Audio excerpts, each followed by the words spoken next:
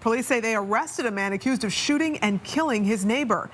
Good evening. Thank you for joining us tonight. I'm Courtney Bryant. And I'm Russ Spencer. Police say Derek Thomas faces multiple felony charges. Fox 5's Ray Urena tells us where the investigation stands tonight. Gwinnett County Police have announced an arrest in the death of a man whose body was found near his home near Snellville. The arrest comes just a day after detectives were first called. Police on Monday charged 30-year-old Derek Thomas with felony murder, aggravated assault, and 2 weapons possession charges. They say he and the victim, 36-year-old Abel Alejandro Chavez, lived on Saddle Ridge Drive. I believe they were across the street from each other. Detectives are still out following up on the investigation and trying to figure out what led up to this shooting and what the motive was behind this incident. The Sunday early morning shooting was captured on a neighbor's surveillance video. You can hear some gunshots before a car speeds away moments later.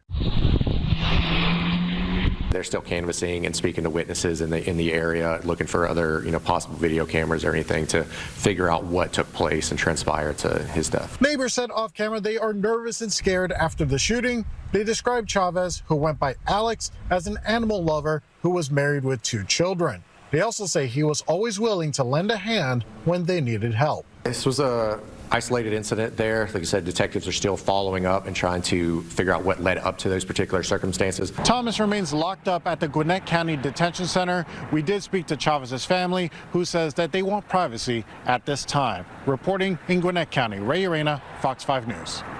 Ray, thank you. The Georgia Department of Corrections has identified 3 inmates who were killed during a gang-related fight at Washington State Prison in East Georgia. The fight started around 1:30 in the afternoon on Sunday on a sidewalk inside the facility. Guards evacuated the visitation area, but several injured inmates managed to get inside the visitation room before it was fully cleared. 3 inmates died. 13 others were taken to the hospital for treatment. One of the slain inmates, Jimmy Trammell, was set to be released this month after serving a 20-year sentence for a burglary in Fulton County. East Point police continue to investigate a fatal shooting last week at a funeral home. Police say at least 2 shooters last Friday were lying in wait and opened fire at Gus Thornhill Funeral Home on Gus Thornhill Jr. Drive as 4 separate wakes were underway. They're now asking for the public's help to search for those shooters. And relatives of the victim tell us they're struggling with grief. It's so senseless and it's just hard to wrap your head around it. You know, the phrase we've been using is just no words. Just no words. Family's small and it's getting even smaller by the day. The grandbabies are at the forefront. We just got to try to take care of them. East Point police ask if you know something or saw something that can help lead to an arrest, to please give them a call. 4 people were shot at a Douglas County bar over the weekend. Deputies found them at Marlene's Bar on Veterans Memorial Highway early Saturday morning. Investigators say Jack Dwayne Shanks Jr. and Chauncey Deshawn created several disturbances throughout the night. Shanks was killed in the shooting. Deshawn made his first appearance in court this morning, facing murder and aggravated assault charges. A news alert tonight. The state of Georgia has its first measles case of 2026. The Department of Health says a baby who was too young to get the vaccine caught the virus while traveling internationally. That baby lives in the Coastal Health District, which is near Savannah.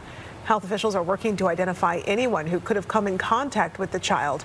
They say now is a good time to ensure you're up to date on your vaccines. Health officials say Georgia had 10 cases of measles last year. Turning out of the weather, after a rainy start to the weekend, it's gotten really cold, hasn't it? Yeah, we've taken a turn. Finally, we've been waiting for it. Here's Chief Meteorologist David Chaley to talk about this cool down. David. Yeah, as we look down the road, we are going to see January-like temperatures for about a week. But tomorrow, looking pretty decent after we get by the chill overnight. And we're well on our way this evening. Look at those 30s that we have out there already. A bunch of low 40s in the heart of the city. And you look up here in Blairsville, they've already checked in at 28 right now. And it's below freezing in LaGrange at 30. Now, those temperatures may just kind of level off, maybe notch them down a few more degrees by morning. Here in town, we're just going to kind of settle down into the lower 30s. We got that sunrise tomorrow morning there at 7:42, and the sun's going to be out in full force tomorrow. So here's where we're going to start. 20s, 30s, kind of chilly, down below the average. But man, tomorrow afternoon, here we go. We're going to be back up in the mid to upper 50s in a lot of areas. We only hit 53 today. You see our average high up there at 54. So we're going above that tomorrow. Going to be a beautiful day. Great day in January. Wednesday, we start seeing some changes. Watch what happens now as we go forward in time through the day on Tuesday. Yeah, we're just looking at sunshine, clear sky. But by Tuesday evening, early Wednesday morning, we see some clouds kind of stream in here. And then we have the prospect of seeing a shower or two. Not everybody will see one. This isn't a big event. The story is going to be, though, the colder air behind the system trying to squeeze out a few snow showers up there in extreme North Georgia. We're talking about the mountains up Blairsville, Blue Ridge, Hiawassee, and the like, not here in the metro area. We're going to be dealing with some pretty brutal wind chills. That's going to happen come early Thursday morning. So the average high temperature in the days ahead, down below the average. We'll talk all about that coming your way in just a minute. David, thanks. Here in Georgia, accused mass killer Robert Long was back in court today. He is the man charged in the 2021 spa murders across metro Atlanta. Fox 5's Kevin Stewart takes us through today's developments. We'll be arguing different particular certain ones. With Robert Long sitting at attention, attorneys square off in Fulton County Superior Court before Chief Judge Uriel Glanville. Motion number 55, if the motion is suppressed, takes 656 motions. The defense continues to push to get pieces of evidence tossed in this murder case. For one, we learned how police located Long. It was an app.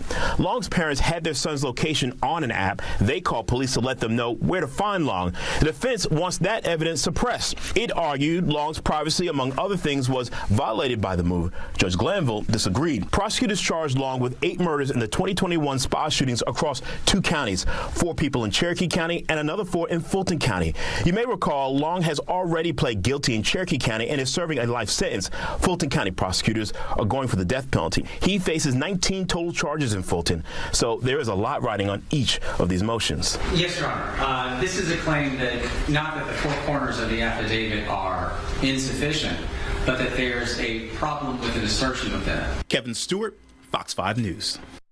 There will be another pretrial hearing held tomorrow morning.